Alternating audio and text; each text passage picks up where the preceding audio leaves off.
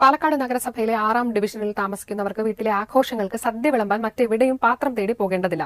നഗരസഭ ആരോഗ്യ വിഭാഗം സദ്യയ്ക്ക് ആവശ്യമായ സ്റ്റീൽ പ്ലേറ്റുകളും ഗ്ലാസുകളും ഒരു പൈസ പോലും മുടക്കാതെ വീട്ടിലെത്തിക്കും. പ്ലാസ്റ്റിക് മാലിന്യങ്ങൾ കുന്നുകൂടുന്നത് ഒഴിവാക്കാനാണ് നഗരസഭ പാത്രം വിളമ്പൽ പദ്ധതി തുടങ്ങിയത്.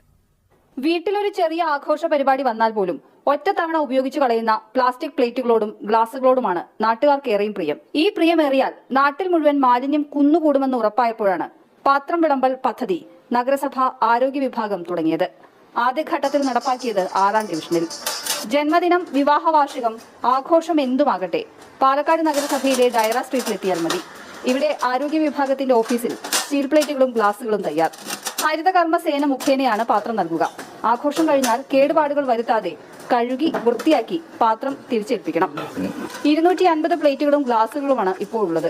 എണ്ണം കൂട്ടാനുള്ള തയ്യാറെടുപ്പിലാണ് ഇവർ. പദ്ധതി മറ്റ് ഡിവിഷനുകളിലേക്ക് കൂടി വ്യാപിപ്പിക്കും.